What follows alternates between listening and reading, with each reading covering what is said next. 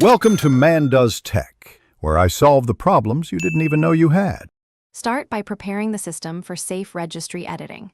Create a system restore point first to revert changes if needed. Open Registry Editor and choose File, export to save a full registry backup. Save the reg file to 2 external locations and 1 local folder for redundancy. Expect backups to take about 5 to 10 minutes depending on drive speed. Verify the backup file sizes and confirm you have administrative rights before proceeding with any edits. Reboot into safe mode to minimize running services and avoid conflicts. Press Shift and restart, then choose Troubleshoot, Advanced Options, Startup Settings, and enable Safe Mode. Open an elevated command prompt and run sfc/scano to repair system files.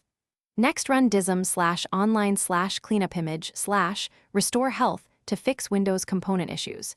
These scans usually take 10 to 30 minutes depending on system health. After scans finish, reboot normally and recheck the issue to see if the registry error persists. If problems persist, restore the registry from your exported reg file or a system restore point. Open Registry Editor and use File, import to merge the saved reg file back into the registry. If that fails, use Control Panel or Settings, Recovery, and choose Reset this PC while keeping files to reinstall Windows components. Avoid third-party registry cleaners because they often cause additional corruption.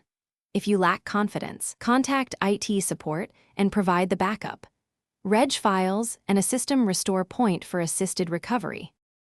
Thanks for watching. If you found this helpful, don't forget to like and subscribe.